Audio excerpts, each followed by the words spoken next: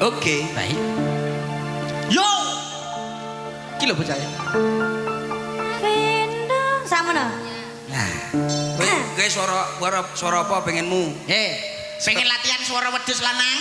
Ora. Nah, apik. Carane latihan gampang. Kowe muni wo karo lambene dipuluk. Wis suara wedhus. Wedhus wedok. Kowe muni wo karo lambene Wedhus dipuluk. wedok piye wedhus wedok? Wedhus wedok yo. Wo. Ngono tok. Lah ini Mbak Feni. Lah. Jenengan wedhus wedok. Mbak Feni ngawur.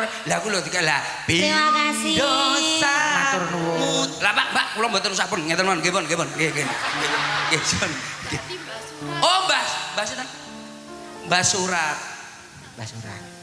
Oh, ngoten. Ijih, Mbak, Matur mbah nuwun, mbok bilih wonten mlebet. Lho, kok melu nyapa? Arep ning ndi? Njalukke pole sapi. Kok sik engko nak bar teko